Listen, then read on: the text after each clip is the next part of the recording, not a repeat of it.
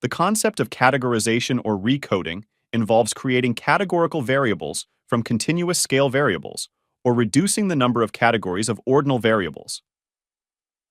In cases where it is difficult for an analyst to arbitrarily set division points for a variable, or where the division cannot be symmetrical due to a skewed distribution, visual categorization available in IBM SPSS Statistics can help.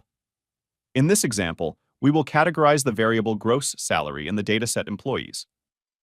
This variable contains information about the average monthly salaries of surveyed employees. The distribution of the variable gross salary is right-skewed, meaning there is a strong concentration of salary values around the median. To avoid a situation where most observations fall into one interval and only a few in others, we will use visual categorization. To do this, select Transform from the menu and then Visual Binning. In the window on the left, select the variable gross salary and move it to the right side using the arrow, then confirm the selection by clicking Continue. In the main window, we see a histogram of the variable. The program provides additional information such as the minimum, maximum, and the number of scanned observations. Before proceeding, we need to name the new variable that will contain the categories of gross salary.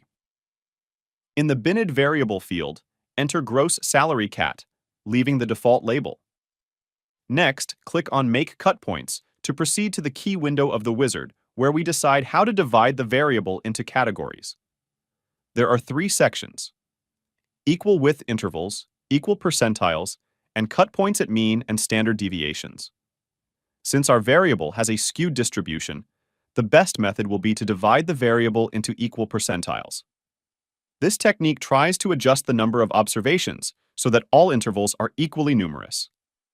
Select the appropriate section and then enter the value 3 in the number of cut points field.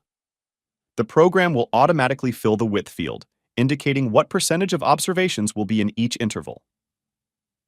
Note that the number of intervals after categorization will always be one more than the number of cut points entered.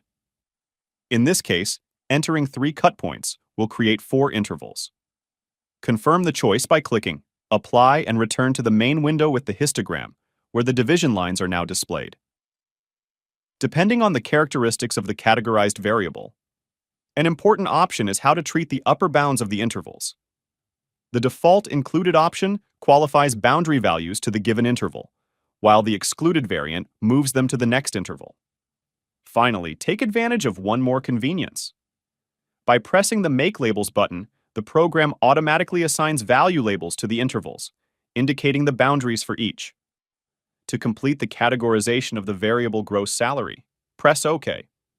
The result of our action is the appearance in the dataset of the ordinal variable gross salary cat, which has 4 equally numerous value categories.